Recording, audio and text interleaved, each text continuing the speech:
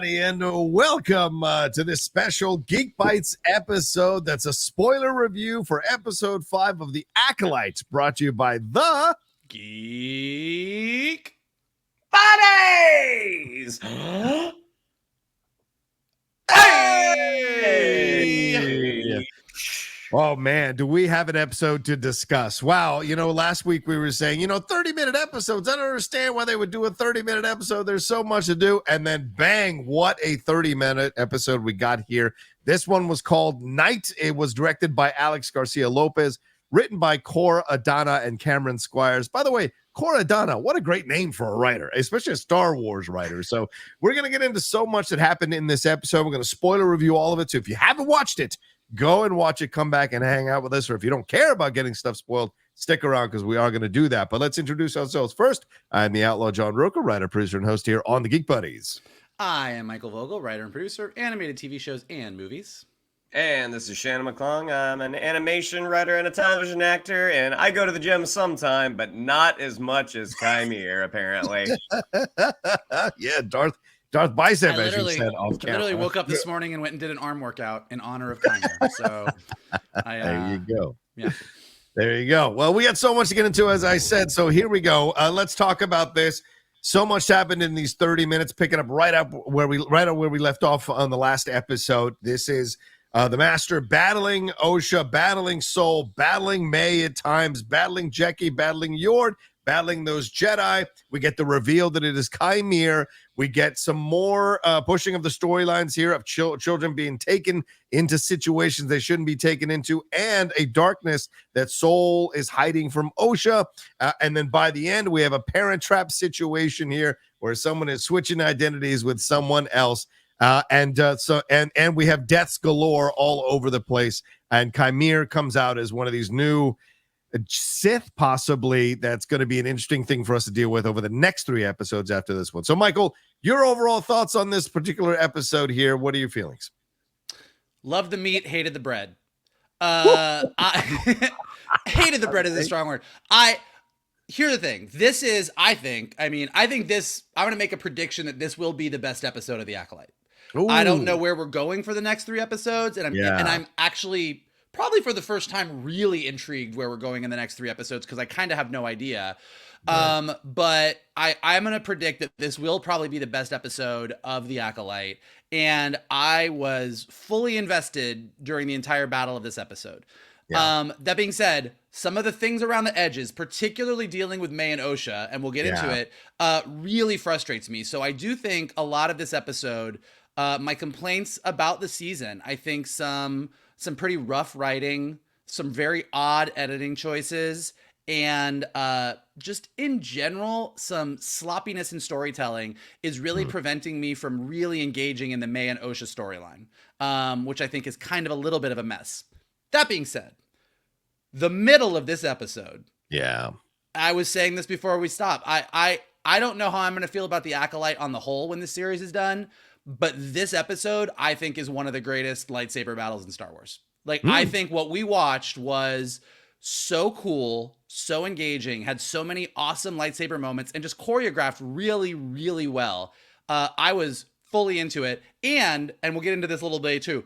Even though Qimir being revealed as the guy as what is he, Smilo Ren now online? Yeah. Even though Qimir being revealed as Smilo Ren is maybe the most obvious reveal of all time, Manny Jacinto sold the shit out of it to the point where I think he's coming out as the MVP of this episode, because even once that mask was off, every look and line out of his mouth, let alone his amazing biceps and sweaty body, which I can't really deal with, but everything he said was fantastic. I think he might be the MVP of the series when all is said and done. Wow. Strong statements. Shannon, your feelings about it. Do you agree with Michael, or do you have a different point of view on this particular episode? I think this was the best and the worst episode simultaneously. Wow. Okay. Because you had some incredible action. You had an amazing performance by Manny Jacinto, who, if you watch The Good Place, you know how funny he is. But coming out of this, I do hope he is the MVP, because we haven't seen him a ton since The Good Place. We saw him in that Hulu series, that 9 Perfect Strangers, I think. But outside of that, he has not been, or at least things that I've been watching, he has not been in enough. because looking at the depths that he was able to go to, I mean, this is a talented performer, and it's a shame that we haven't gotten more of him. And if the show goes where I think it's going to go, just not in terms of story or plot, but in terms of quality, I do think we probably have hit the apex. But it's just too bad that his performance might get lost in a show that has severely underdelivered.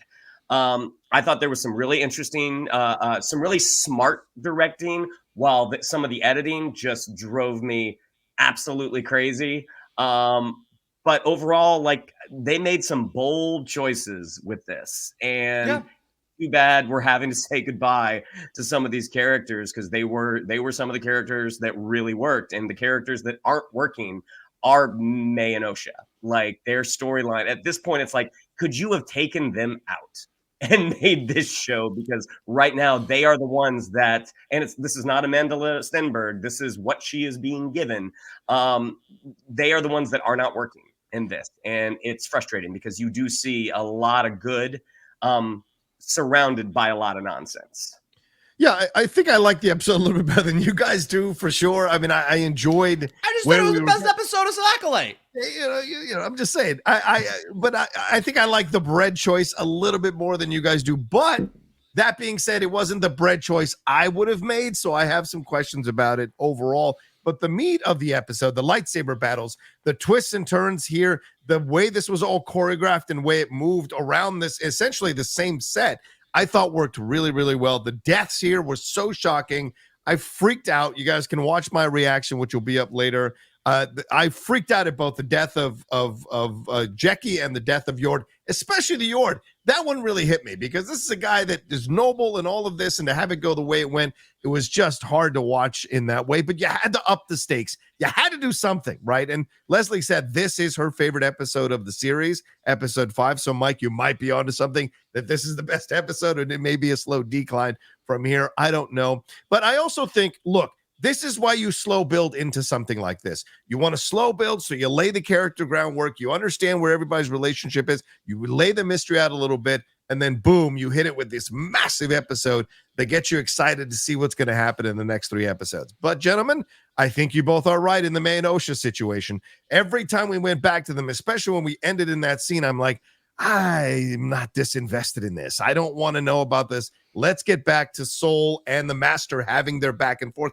That was a much more electrifying relationship in the seconds that we got in the episode, more than any interaction between Mae and Osha was in this episode. And that's a problem. When those two are your lead story and they're not as interesting as your other stories, that's a problem in a show like this, unfortunately. But the emotion, the choreography, the score here, the allusions to certain things that are going on, the allusions to deprogramming, those final lines from Qimir, which may be a reference to a real life political figure in our society, because it's almost word for word something this person said.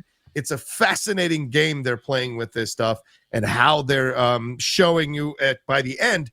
Is this going to be a reversal Parent Trap situation where neither master realizes it's the other one there? Or are they both going to understand that it is the other one there, and they're going to show them their point of view and what's going to happen with both of these people by the end once they're exposed to the other side's point of view? Again, a little bit of an illusion of like, can you see the other side and make your own mind up after having been programmed in a certain way? So, well, I think Qimir knows, don't you think? Yeah, I don't think Qimir's confused.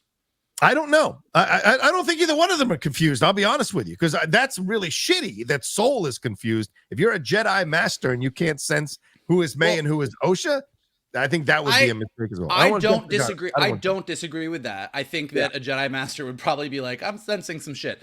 But just based on what we've been given, information that we were given on screen, not what I think should happen or whatever. Basil has Pip and is sniffing Pip and getting on the ship.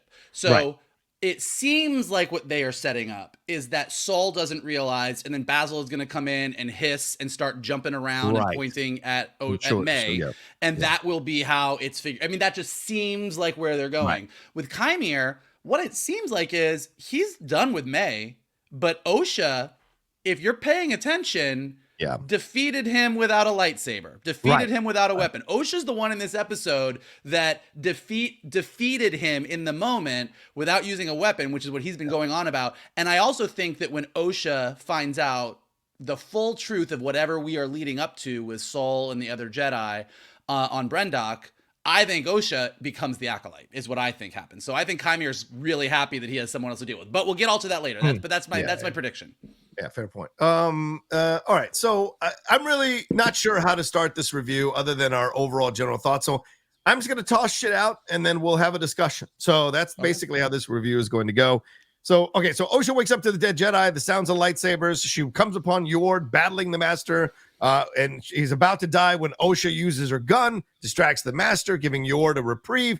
Mae watches her Master go after her sister as he flings his red lightsaber at her, which Sol has just arrived. He arrives and deflects. Sol does, and Sol confronts the Master. So let's deal with that. Sol confronting the Master here. This is a fascinating situation throughout the entire episode. Let's deal with this. The battle they have verbally and physically is really interesting here because you have clearly Sol is questioning the Master's motives. At this point, well, fine, we'll call him Qimir. He's questioning Qimir's motives. Why are you hiding yourself? Why are you risking showing yourself here in this situation? Why have you not told your Padawan, in essence, or your Acolyte who you are? Why haven't you revealed yourself? And then the Qimir counters when he's under the mask, you don't remember me, and then says when he's about to be killed by Sol, hey, the darkness here that you have within you, you haven't come to terms with it, telling that to Osha. And so there's a back and forth between these two guys that's really fascinating. And Sol even almost violates the Jedi code, which Qimir calls him out on when he attacks him from behind. So this idea that Sol will break the Jedi rules when it's convenient for him in a moment or in a situation is a fascinating window into this relationship between these two guys. So, gentlemen, take me through this. Mike, what did you think of the back and forth between Sol and Qimir here as it progressed throughout the episode? Well, really quick before we get to that, just in the opening battle when Qimir is fighting all the Jedi and we have this whole opening action sequence, I just want to touch on one thing. You can dislike a lot of things about Leslye Headland, but I don't think we can say that Leslye Headland doesn't know anything about Star Wars anymore. Yeah, because she pulled fucking cortosis, the metal that shorts out lightsabers and deflects energy bolts, and gave that to Qimir. And I had half of my Twitter feed saying she's broken canon, Beskar is supposed to be the thing, and the other half is like, actually, cortosis is a thing. It's in the Doc Afra comics, it's in the Thrawn books, it's in like several places in Star Wars. So I think that the fact that she pulled something out and that we've never actually seen on screen before, like the whole, I mean, what I was really intrigued by this battle on the whole was we saw a lot of really cool things that we haven't quite seen this way in a lightsaber. And one of those things was a bunch of Jedi getting their lightsabers shorted out for a second before they pop back on. And that was really interesting. So look, she clearly knows her shit. I just wanted to say that. I don't agree with all her choices, both from a writing standpoint and directing standpoint across the board, but her knowledge of this IP, I feel, is deep. Now, as far as like the entire Sol, Qimir, back and forth, look, this is what I find interesting. I find it interesting that Qimir is just pushing all these buttons, and the calmness of Qimir, both when he's in the mask, but particularly when he's out of the mask. He is never that bothered by what's going on. There's a smirk, there's a grin, there's a calmness to him where it feels like he has the upper hand. Like the Jedi are on their heels here, not just in the battle, but ideologically. Because when Sol questions him about wearing a mask and not showing his apprentice who he is, and Saul's like, what? And Qimir's like, what about your mask? And you see his reaction, like whatever he's hiding, it had better be fucking bad. If it's not really bad, we're all going to be really disappointed. But whatever he's hiding is like this whole concept of like, you Jedi walk around and say, oh, I don't draw my weapon unless, I don't do this unless, because I have no darkness in me. I am the light side of the Force. I am all good. I am all this. And like when Qimir goes, no, no, no, like there is just this taunting nature to him being like, you guys are so full of shit. And I've seen a lot of people on like, this is one of the things that I think bothers certain people in the fandom, because we love the Jedi. We love the concept of Jedi. We love who Jedi are supposed to be. So having a show that's basically like the Jedi are a bunch of liars and not as perfect as they say they are is a challenge in some ways. But when we look at what happens to them in the prequels, I think that this is really, really interesting. So again, this is where I think Manny Jacinto gets all the credit. I mean, look, there was some really good performances around on everybody, but Manny Jacinto's sort of calm nature in just poking holes in every single thing. And just like how in Return of the Jedi, Palpatine's ultimate goal is to get Luke to strike him down or to strike Vader down, because that's a turn. And Palpatine also got Anakin to strike Dooku down. Like, all Qimir is trying to do is to get Saul or somebody to strike someone down and hate. He's like, come at me, get mad. I killed Jecki, I killed Yord. What are you going to do? Because he is pushing Saul's buttons to push him towards the dark side. Yeah. And that's like some classic Star Wars shit. So I was into that aspect of this episode a lot. Okay. Shannon, your thoughts on the Soul and Qimir battle here, and the verbal battle along with the physical battles that go on throughout this episode, and that opening with lightsaber battles there, and Qimir pretty much taking out all these essentially red-shirted Jedi to make a Star Trek reference in a Star Wars show. Yeah. The moment a Jedi extra shows up on a mission and they don't talk, you know they did. But I feel like throughout the series, we have kind of dinged some of the direction, and this is one of the times I really want to sort of shout out to the direction, because when you have 1 versus 4, and you have to shoot it in a particular way that it is believable to the audience, so it doesn't look like the other 3 are just waiting their turn to fight. So the fact that they were using the environment to obscure certain things, especially at the beginning as Osha's coming to and she sees the fight, that Alex Garcia Lopez did a really, really smart job, and the cinematographer as well, of obscuring those elements. I mean, one, it's Osha kind of like trying to get her bearings, so we are looking at things from Osha's point of view. We're trying to figure out what is actually happening. And because you did have these giant trees that were able to obscure the other Jedi as they are recovering, or like if you remember like Fellowship of the Ring, all the Uruk-hai at the end doing this as Aragorn is taking them out one by one. Like that was a really, really smart choice. And as you see, Smilo Ren impale one Jedi and then use the Force to bring in another on top.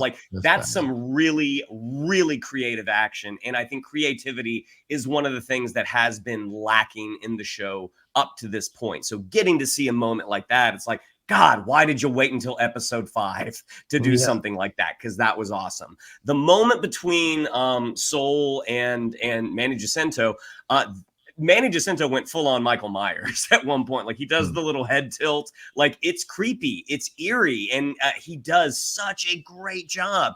And their dialogue back and forth, that was awesome. Like, again, that's one of the storylines, one of the sections where I was leaning forward, like, God, why didn't you do this a minute ago? But I did think it worked really well. Like, as to the Cortos, like, I didn't know what that was. I didn't read Star Wars Legends. The moment that I'm kind of like, oh shit, that stuff extinguishes lightsabers, and it blocks stun bolts, and it obscures thoughts. I'm like, we might need a little bit of information about this, because this is sort of the cure-all to everything. It's Magneto's helmet, essentially. Yeah. But at the end of the day, I'm like, as a writer, that's something I would have explained quickly, maybe in one of those scenes between Yord and Osha. But overall, it didn't detract from my enjoyment of this section enough to, for me not to enjoy it. Yeah, no, I loved this, because I always love a good battle that is verbal and is physical. I always enjoy that, because then you can understand where everyone's coming from, and you can understand how the opinions are changing as they're battling, as more information is being revealed. And I felt like Soul and Qimir had that going on throughout this entire episode, which I thought was fantastic, because Soul is really on his heels initially, because he doesn't know who this is. And then Soul, when he sees that it's Qimir, by the way, that's a hell of a revelation. The guy you gave a warning to in this is the one who comes around and kills Jecki and kills Yord and kills your entire crew that you brought here. By the way, Vernestra is going to have some issues with Soul when he gets back to Coruscant there, because the entire Jedi crew was wiped out in essence, except for Mae and Osha and him. So that's going to be interesting. He's got to confront. But him calling him out, and this is, as you say, Michael, this is the dangerous thing. But because people are too precious about the Jedi, I think this is fascinating. I'm not in that camp that's like, no, they need to always be good. No, what we're realizing in our real lives, in our real world, is that whatever we thought was good, or whoever we thought, what institution or what place we thought was good or was for the greater good, has some corruption in it, has people who use it for their own selfish benefits or violate the rules of it when it's convenient. And so these are questions. Now I get it. There's a backlash of like, but I just want to believe in something. And I totally get that. But this is a fantasy thing. And so this can be interesting to explore. This is fun. Not all the Jedi are like this, but this is a particular Jedi story that is happening at this time. And so I keep it in a vacuum, so to speak. And I like that as an approach here to question it. Although I get why people might be upset about that. I just don't think I'm upset about it, is what I'm saying. My counter to that, a little bit, I mean, we're on the same page. So I'm not disagreeing with you, but my counter to that would be like, I don't think you need to keep this in a vacuum. Qui-Gon Jinn didn't agree with the Jedi Council. Right. It's he fair. was sort of a rebel. Count Dooku, who, if you watch the Tales of the Jedi, is a fascinating character, got lured to the dark side because he didn't think the Jedi were doing enough. Anakin, who was potentially the greatest Jedi of all time, got fucked over because of the Jedi's politics and the way that they were trying to figure out what to do about Palpatine because they had been sucked into a war. And then Luke, whether you like Last Jedi or not, it happened, got to a point where he was like, I don't think what the Jedi did, I don't think the Jedi Council was right. I think this is the wrong direction. So there are great Jedi heroes throughout history. I mean, even going back to previous to the Acolyte, if you want to get into Elzar Mann and Stellan Gios and the people in the High Republic, there are great Jedi who live up to the ideals of the Jedi.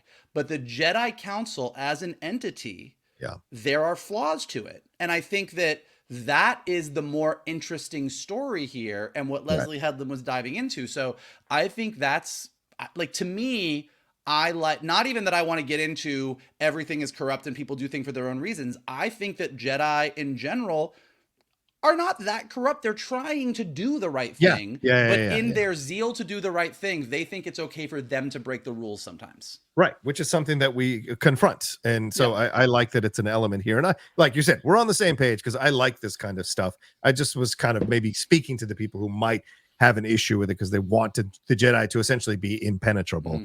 But what do you think of the reveal here, Shannon? What do you think of the reveal of Qimir? Let's deal with the death of Yord and Jecki and how this all came out, because that essentially leads to the reveal. Did you like the way this was revealed? Because, of course, he stays in the mask about halfway through the episode, and then it's when it is Jecki and Sol attacking him at the same time, essentially mirroring Qui-Gon and Obi-Wan attacking Maul at the end of Phantom Menace, which I think is a good comparison here, because they had come out and said they wanted to have a lightsaber battle that was on that level, if not better, which some people got offended about, like, grow up. So your thoughts, Shannon, on the reveal here and the death of Jecki and Yord. Were you surprised, and did you like the reveal? So the beginning part of the duel, when it's just Jecki versus Manny Jacinto. Yes, Qimir, fantastic. Like, really, really great fight choreography. And also because we are compelled by this Sith, and we are invested in Jecki. I mean, amongst the characters, Jecki is one from the beginning, and mainly this is because of Dafne Keen's performance, but she's one of the characters from the beginning that we are on board. And when you see that, even though, yes, she is a Padawan, and she is fighting someone who seems to be vastly superior in skill, she is holding her own. And when Sol is able to jump in and join that fight as well, again, 2 versus 1 is easier to show than 4 versus 1. And the way that they shot this works really well. I mean, and then, like, you add the Mae factor, where Mae is running of, the 12 times that she runs away in this episode. You see the force powers that Qimir has, like that leap that he does as he's going to, bring his saber down into Mae's head. Jecki comes out of nowhere. I mean, it was really, really exciting. And the fact that her lightsaber gets extinguished, or no, her lightsaber doesn't get extinguished. Like, she's able to basically use her elbow. Is that why she uses her elbow? Her knock the helmet lightsaber off. gets her lightsaber gets extinguished, and he doesn't know that she has Kelnaka's lightsaber. Which That's is so that's like before. No, that's before. That's got before. it. No, she uses her elbow to knock his helmet off. Yeah, he slices one of her lightsabers in half, which is why she can't use the other one. Yeah, the Kelnaka one. Yeah, but yeah, she knocks that helmet off. And again, we were pretty sure that it was Manny Jacinto under there. But again, that reveal still worked super well. And you get to the death of Jecki, and we've talked about before how a lightsaber through the torso doesn't necessarily mean that you're going to die. So what's the solve? Well, do it 2 more times, and you see the reaction from Soul. The he's lost another one. I mean, this one he lost to death, but he's lost another Padawan. Another Padawan. Good point, Shannon. Yeah. You see the failure in his eyes, and you see the realization on Dafne Keen's of like, oh shit, I'm dead. And then that heroic entrance that Yord has, where they're both using, like, Manny Jacinto's using the gauntlet, Yord's using the helmet, and the brutality in which he snaps Yord's neck, and the almost non-reaction from Osha and Soul. Soul gave a little bit more than Osha. Soul doesn't even scream like he screamed for Jecki. He just goes, just kind of shocked. But I thought the deaths were. I mean, these are the stakes that I think you were referring to that were missing earlier in the show, Johnny. Like the stakes they got here fast and furious. For my money, probably too late. But ultimately, like those were some great heroic deaths, despite the fact I wasn't ready to say goodbye to these two characters. Yeah, I mean, again, this is my essential issue with shows like this. You've got to build these characters up. Look, the death still affected me because I love Dafne Keen as an actress, and I liked her character as it was building. I liked Charlie Bartlett, what he's doing with Charlie Barnett, rather, with Yord, and I was in the Yord horde. I like this. He was getting redeemed, even in this episode. The moments with Osha. Like he's like, don't make me subdue you. I don't want to do it. Come on, I'm going to save you. They've been friends together for a long time. And so like there is a real relationship here so that when he dies, he is doing noble things all the way leading up to this moment. And so it is heartbreaking for me when he dies because there was a real ability to redeem him by the end of the series. But like in real life sometimes, and like in war sometimes, you just never know who's going to die, no matter how great their skills may be or how noble they may be as a person or think they are as a person. It was devastating. Michael, your thoughts on the reveal here with Qimir? Of course, you'd predict, a lot of people had kind of guessed this already, but the reveal itself, how it was done, and then boom, the death of Jecki and Yord.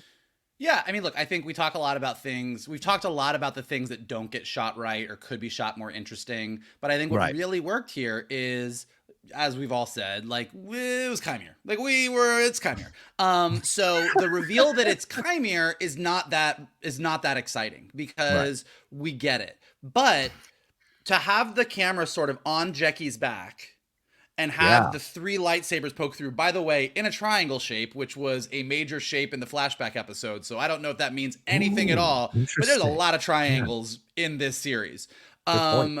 But in the triangle shape, and then to have her fall and reveal Qimir standing there with the mask off, it was a good reveal. Like, it looked cool. And what made it cooler is, I think, I don't know if one of you said it or I saw this on Twitter, but when Qimir was sort of bumbling around in episode 2, and we sort of brought up I think it could be him, you're like, I don't know if I really want to see, Jason Mendoza from The Good Place. Like, I don't know that I'm going to be like, could I buy this guy who's bumbling around as like the big bad? But I'll be goddamned if I didn't buy it in 2 seconds. Like, he sold it so hard that you were just like, okay, no, I'm in.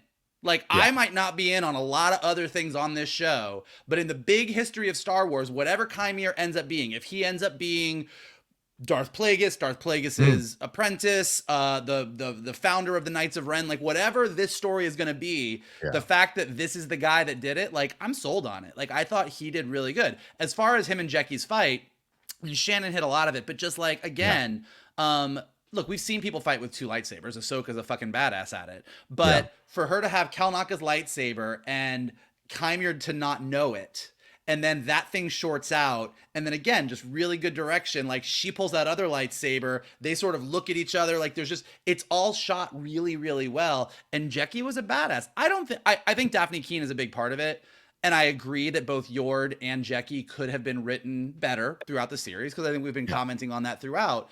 But I think that this is not a with when it comes to Yord and Jecki, this is not a matter of you fucked up, these characters aren't good. Right. This is a matter of you were on the right track. You did a good job. Like, I genuinely like Yord and I genuinely like Jecki as characters. You could have done more. Yeah. But I like them. And so I actually did feel bad. Like, I gasped when Jecki died, and when Yord got his neck snapped, like, that was a bold moment. And I know, John, you talk a lot about feeling like Disney makes them water it down or make it kiddie or make it cute, and you crave darkness. And again, I think that Acolyte is a mixed bag, but I think these deaths in this episode, this is kind of that level that you want to see in Star Wars. It feels epic and mythic, and it feels like you feel the loss. And I think that's what they did really, really well in this episode. Yeah, I agree with you, brother. The darkness was there. It's the darkness that's been missing for the last 4 episodes, or been hinted at. It was really here, and I loved it that it was here. This is what you're looking for. This is what it can lead to. Yeah, and to me, and we'll get to the couple of issues that I had there, but to me, the idea of like, okay, well, fine, let's get into it. I mean, for me, what undercuts the greatness of the darkness here is, let me attach this light on the back of this Sith guy, and he's not going to be able to reach it, and these little roly-polies are going to carry him away. Or why did you reveal yourself? He said, well, I did wear a mask. These kinds of things undercut what is happening in the episode. So it frustrates me. I mean, I like that line. I like that line. You're getting mad that Star Wars is just based on space opera. I mean, that is part and parcel of, like, it's the 1950s serials. Like, this is not going to all of a sudden become Blade Runner. Well, Andor teased that it could be, and that's what when it veers in that territory, but still feels like it has to cater to this other master. I get. I don't know. I don't like, but again, maybe it's just my love of a sweaty Manny Jacinto. But I didn't think that I did wear a mask was some kind of like comic beat. Like, that's him just taunting. Like, he's just taunting in that moment. Like, I thought he delivered that line. Like, I thought every line he delivered was an A+. So, and to Shannon's credit to Shannon's point about crediting the directing, there's places in here where I will ding the writing. But to John's point, I do think that all of the interactions between Saul and Qimir, everything Qimir says about the Jedi, everything in these sections, I think the writing was excellent. Yeah. Well, let's talk about. Okay. Well, actually, let's take a break real quick. So we're at the 30-minute mark. I want to take a break, so we'll put some ads in here. But after we come back, we'll talk about some of the other stuff that happened in the episode, and maybe some of the shortcomings of the episode as well. Right after this. I mean,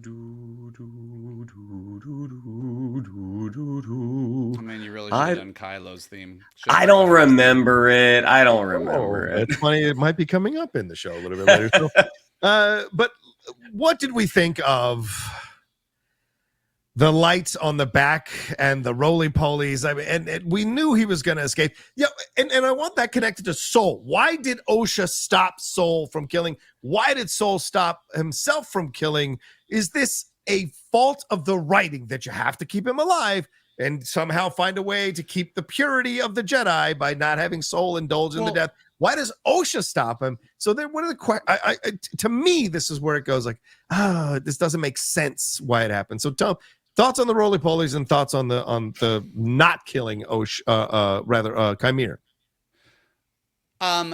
Two things. I agree that the not killing Qimir, Osha yelling out for him to stop, was weird.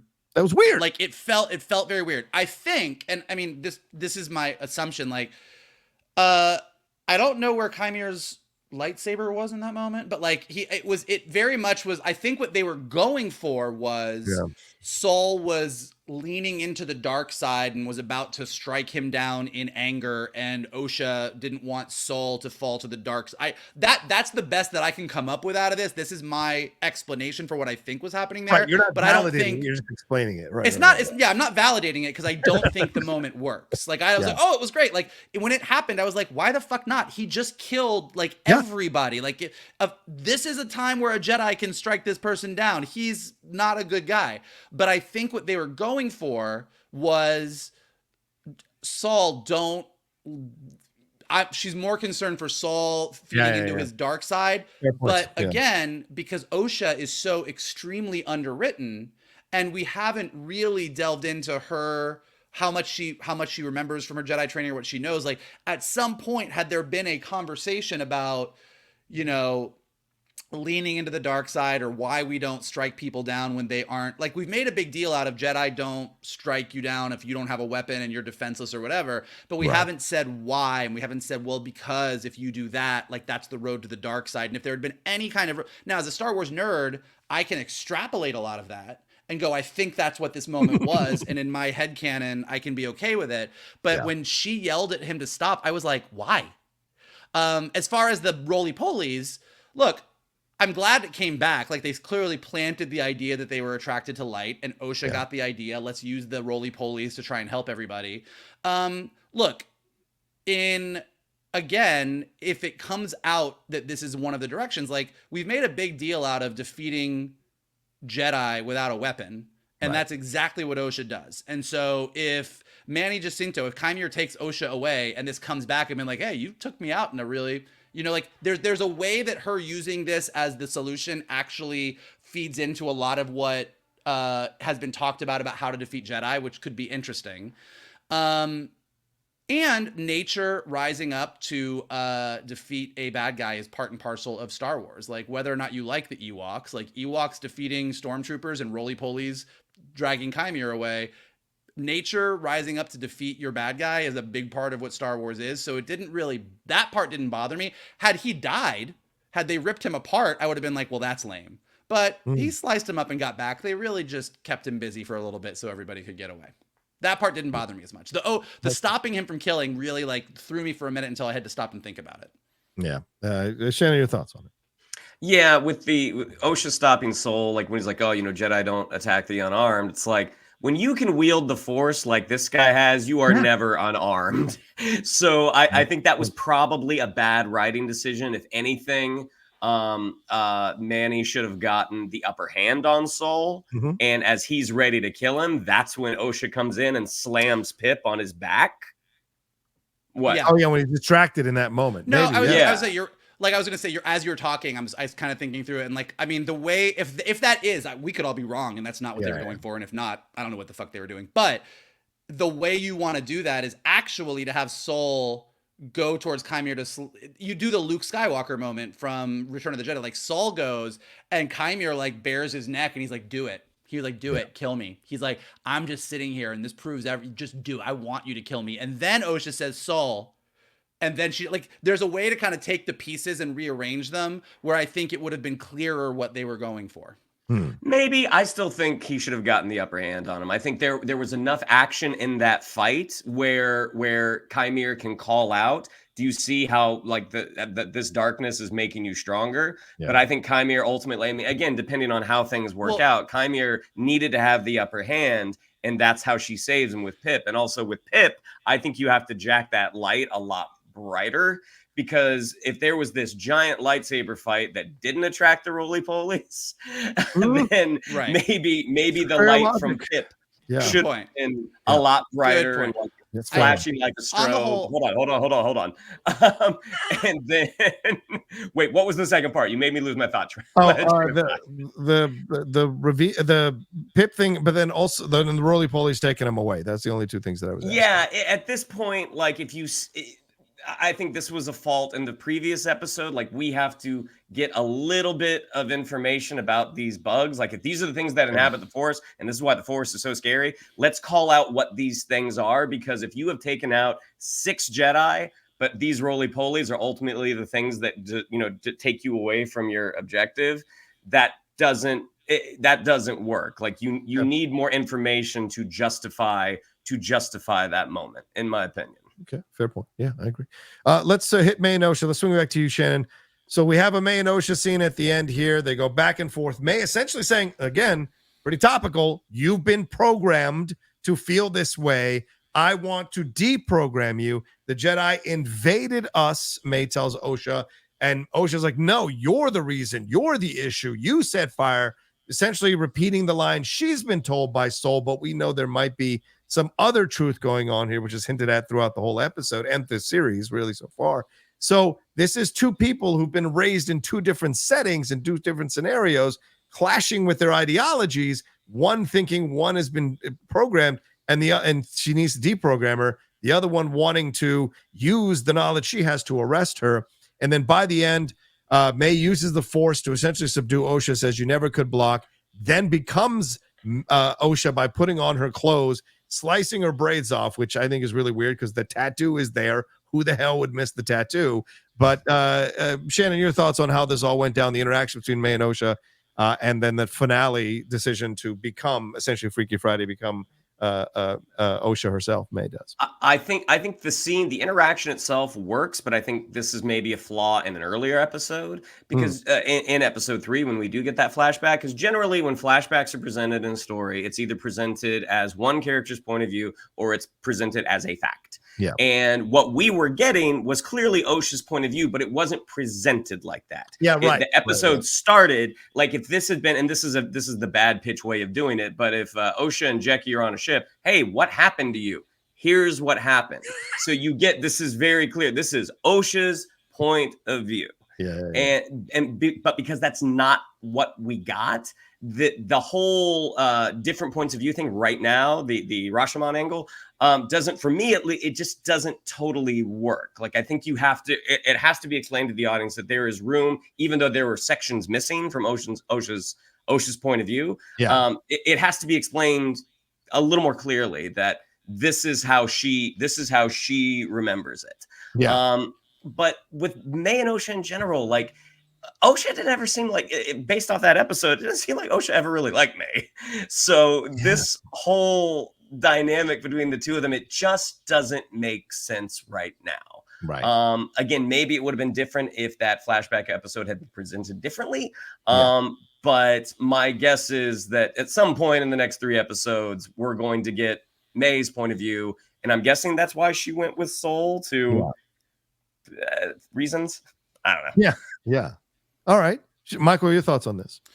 Well, I disagree with Shannon about the episode. I think the flashback episode does what it needs to do, and there's clearly pieces of information missing. I don't know this for a fact, but if I had to guess, and having watched Russian Doll, I would guess that Leslye Headland's original pitch had bits and pieces of the flashback happening throughout the series, and that people at a higher level said that's going to be too confusing. Why don't we just do a flashback and a flashback or something like that? Like I think there was probably a way to sort of dole this information out in a way that, to Shannon's point, is a little bit more, we're seeing this perspective, this perspective, this perspective. And I think for concerns about clarity, that got clumped up, but I could be completely wrong about that. But I think the episode works good. Like we get that, we see what Osha saw. Osha clearly saw Mae start a fire, and then there was a big fire. If I was Osha, I would kind of probably think the same thing. We're going to get more information later, and that will do it. I think the bigger issue is, and Osha not liking Mae, that seems pretty consistent. Like there's a very specific issue with Osha that I have, and a specific issue that I have with Mae that I think is making this not work. Osha, her kind of like, Mae's never been my favorite, is pretty consistent. Like she, in the flashback, she's the one who wants to leave and doesn't want to be around Mae and doesn't want to be a twin. When she gets to Coruscant, she's like, that's the Jedi's problem. I'm out, until Soul convinces her to stay. And then in this episode, she's like, all right, I'm going to arrest you. I'm taking you in. You killed people. So that part of Osha's personality seems pretty clear. The part that's not clear is like what she really wants. Like, because Osha as a character doesn't have a strong want of her own. She, for this entire series, has been carried along for the ride. Like, we still don't really know what Osha as a person wants. She was a mechanic. She got arrested. She went with them, discovered that Mae was alive, had no desire to be a part of that. Is like, I'm going to go back and be a mechanic. Got pulled to the planet, and then just kept getting pulled around by Yord and everybody, and now she's with Qimir. So she at no point has had kind of agency of her own to go, I want this. I really want to go open a cantina on Canto Bite. Like, I don't care what it is, but she doesn't have a want. So that's kind of my issue with her. Her feelings about Mae seem pretty clear. The Mae issue is just this flip-floppiness. Like, we talked about last week, all of a sudden she was like, you know what? I don't want to work for the Master. I'm going to go turn myself into the Jedi. And I'm like, okay, I think that was really sudden and didn't work, but okay, that's where we are now. And then she discovers that Kalnaka's dead.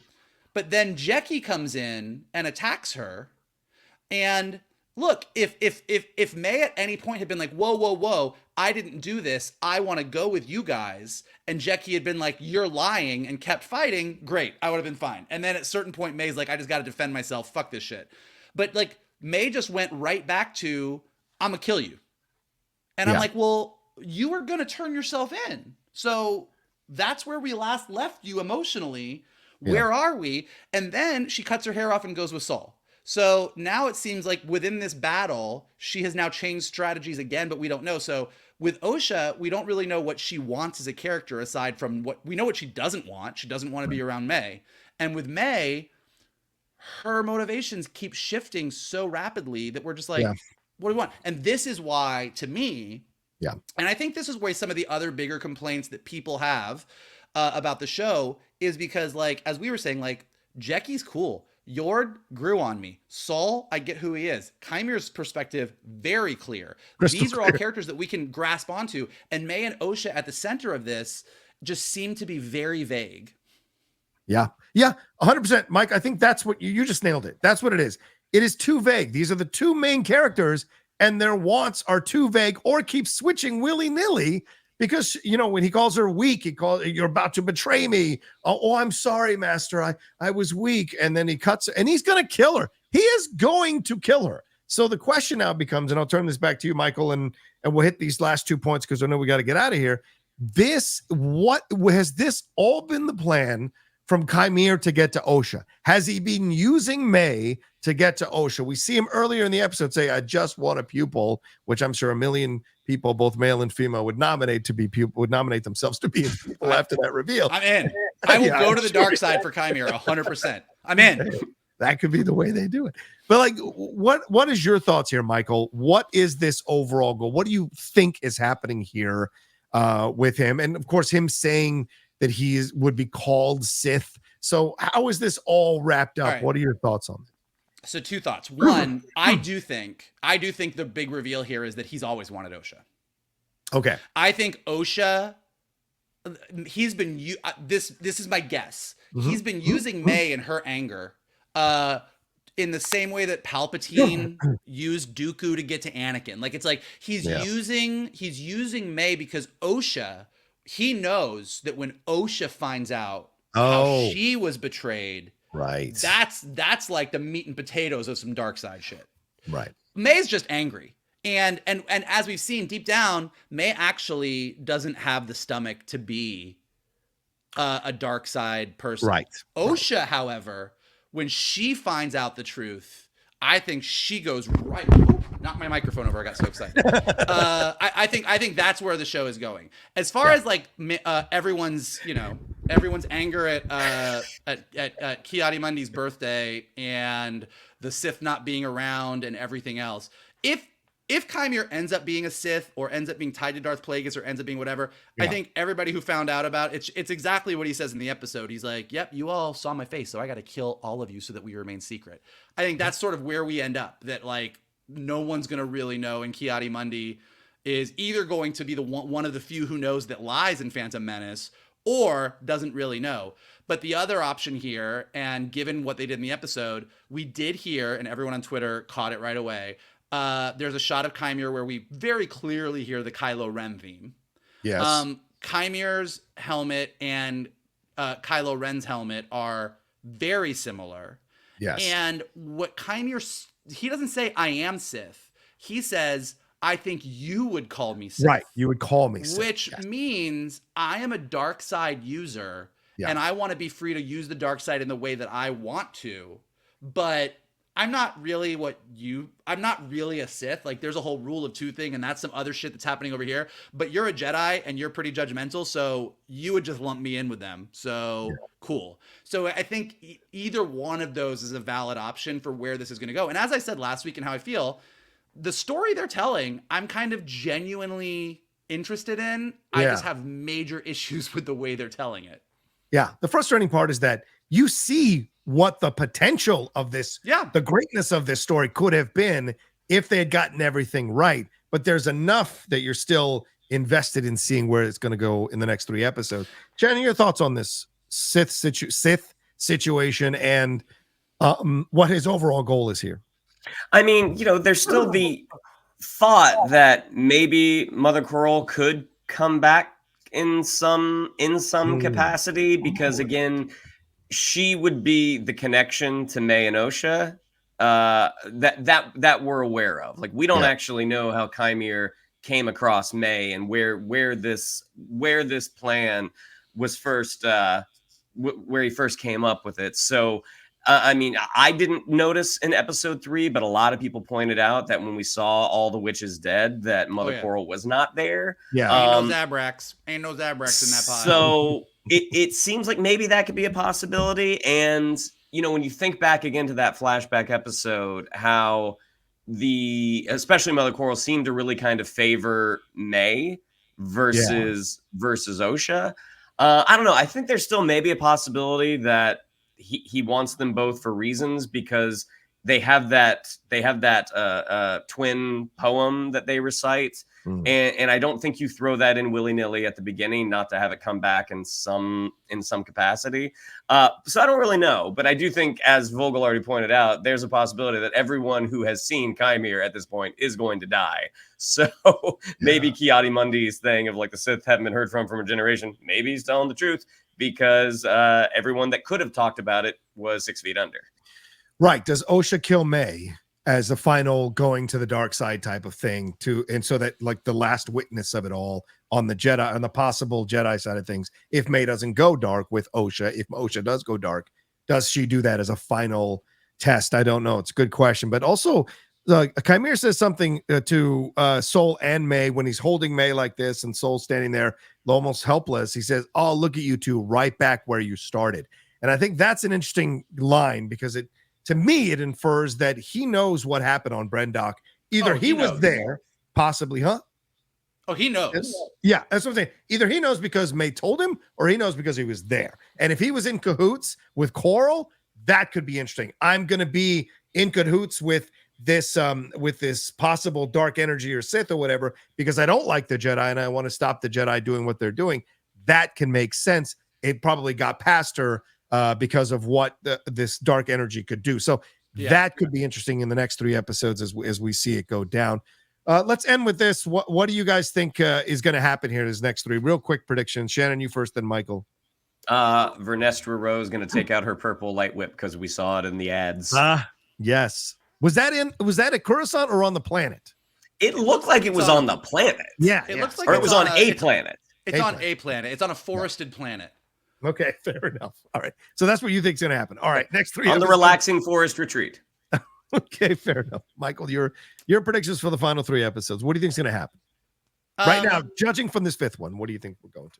I think we're going to do a flip-flop. Like, I think that Basil is going to pretty much very quickly unravel the Parent Trap plot, and Saul is going to realize he has Mae with him. But I think we're going to see a lighter side of Mae. I think we're going to see Mae sort of just want to, like, I think the part of her that was like, I want to reveal myself to the Jedi and turn myself in, is going to put her on Team Soul, while Qimir is trying to tempt Osha. And then we're going to get a flashback again, and we're going to see what happened to Torben, what happened to Kalnaka. We're going to get the Mae side of things. Hopefully we go, man, those Jedi are fucking liars, and this is really, really bad. Because if we're not, again, as I said, it's going to be bad. And then I do think that it comes to this whole ending where Osha turns to the dark side, and I think Saul dies because of whether he sounds stupid. Not that he dies of sadness, but I think when Osha turns to the dark side and betrays him and either kills him or does whatever, like, that's why Soul isn't around to tell anybody about what happened. And I don't know if Vernestra's going down too, because it certainly looks like Vernestra's fighting. And I do think anyone who's fighting Qimir is going down by the end of this episode. Yeah. Ki-Adi-Mundi just hits delete on the file on this whole thing. That'd be the final shot. It's a big delete button.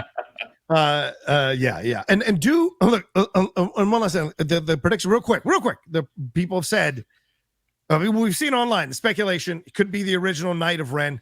There could also be maybe a familial connection with Soul and Qimir. Is there a possibility that they have some kind of bloodline connection here? What do you anticipate we'll find out about this relationship? Because he said, I sense you do seem familiar.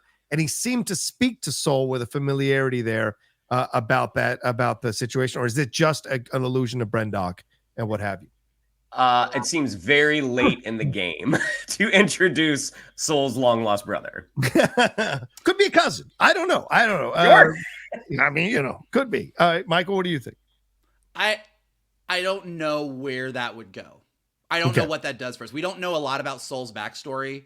We don't know why having a brother who was long lost would be anything. It really feels like Soul's primary relationships in this show are to his Padawans. Mm-hmm. He was really still tied to Osha and really still cared about her a lot. He cared about Jecki a lot. So I think losing the Padawans, losing Yord is the primary thing. All of a sudden finding out that he had a brother who was long lost, I don't know what that does for his character. I also think there is a level of, I think I'm right about this. We've got a Korean actor and we've got a Filipino actor. And I think if we were going to go their brothers, you wouldn't cast that way. Well, unless it's a half brother, that's a possibility you could explore. But because they've been hitting this thing about the Jedi taking children at a young age, even Qimir calls Soul out and said, "You brought Jecki, you brought the child here. It's not my fault. You brought the child here." So, and they've been hitting that with Mae and Osha as well. So I wonder if maybe if there is a connection, it could tie back to that. I'm not saying there is. Maybe. If there is, it could. But I don't. Another flashback episode. We need another flashback episode. Flashback about a flashback. We're going Inception. We're going Inception on this thing. All right, there we go. That's our spoiler review. Anything more you guys want to say? Are we good? I mean, the score here I think is incredible in this particular episode. Should we give love to the score, to the composer here? This episode, even though there's the Mae and Osha stuff and there's some other stuff with Basil that really bugged me, in general, I really enjoyed this episode. I had a good time. I have a feeling that when we're back here next week, we won't be as thrilled, but I would be happy to be wrong. So we'll see where this all lands. Yeah, I have a horrible feeling about that. I have a bad feeling about this. Shannon, your final thoughts on this episode, and let's wrap it up. Yeah, some great stuff. Surrounded by some nonsense. I don't think this X-wing is gonna stick the landing, but I would love to be proven wrong. I would be thrilled if that were the case. Maybe it will, but it'll have some pieces of it missing by the time it sticks to landing. Well, thank you all so much for joining us for this spoiler review here, whether you're listening to us or watching us here on the Outlaw Nation. We appreciate it madly. Shannon, what do we have to tell them? Yeah, if you'd like to follow us on social media, on Twitter, it's at Geek_Buddies, on Instagram at _Geek_Buddies. If you'd like to follow me on social media, on Twitter, it's at Shannon_McClung, on Instagram at Shannon the Geek Buddy. If you'd like to follow Mr. Vogel, it is at MK2, and if you'd like to follow Mr. Rocha, it is at The Rocha Says. Mikey? While you're doing all that following, you can also smash the like button below. Subscribe to Johnny's Outlaw Nation page. Check out all the amazing content he has got there. Leave your comments below. Acolyte is a wild ride. It's a mixed bag. Some of you love it. Some of you hate it. A lot of us are somewhere in the middle. What do you think? What's working? What's not working? Where do you think it's going to go? Let us know all of that below in the comments. If you're listening to us on a podcast, leave us some stars and comments there so we go up in the rankings and more people can find us. And as always, the best thing you can do is retweet this video, post it on your socials, send it to your friends, and tell them to hang out with your buddies, the Geek Buddies. And I will leave you all with one more mission, one last line here in this show. An awful thing, because you see, even in the revelation of their triumph, the initial depth of their despair, that was Qimir's line. If you look up Jordan Peterson, the troublesome Jordan Peterson, that is something he said in an interview. And I wonder if maybe they're making a connection here to the dark side and all of that. So just go and explore that for you all as a little homework before we come back next week as a spoiler review here for The Acolyte, episode 6 next week. You'll join us for that one, hopefully. Thank you so much for hanging out with us here. That's it, right? All right. Thanks, everybody. And we'll talk to you next time with another Geek Bite spoiler review for The Acolyte here on the Geek Buddies. Hey!